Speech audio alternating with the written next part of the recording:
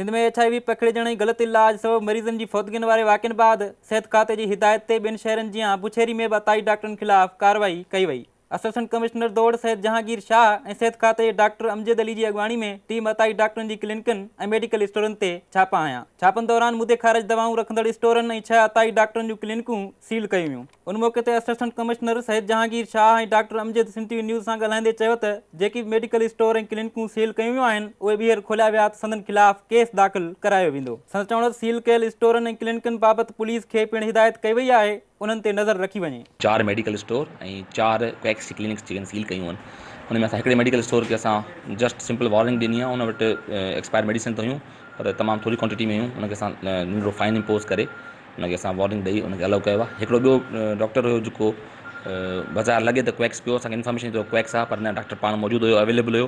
हुनजी MBBS जी degree बि असां चेक कई ऐं उनजो असां सर्टिफिकेट बि जेको हुयो PMDC उहो बि चेक कयो। असां मेडिकल टीम जो हिसो आहियूं। मैजिस्ट्रेट जी सरबराही में अॼु जेको एक्शन थियो क्वैक्स जे ख़िलाफ़ु ऐं मेडिकल स्टोर जे ख़िलाफ़ु, उन में अॼु जेका 4 क्लिनिक्स सील कया आहिनि मैजिस्ट्रेट साहब ऐं 4 मेडिकल स्टोर, ऐं उन में कुझु स्टोर अहिड़ा हुया जिन्हनि वटि एक्सपायर मेडिसिन फाउंड थियूं आहिनि त उन्हनि खे जेको आहे वार्निंग ॾेई उन्हनि खे छॾियो वियो आहे। हिकिड़ो डॉक्टर उन में मौजूदु हुयो जेको क्वालिफाइड डॉक्टर हुयो।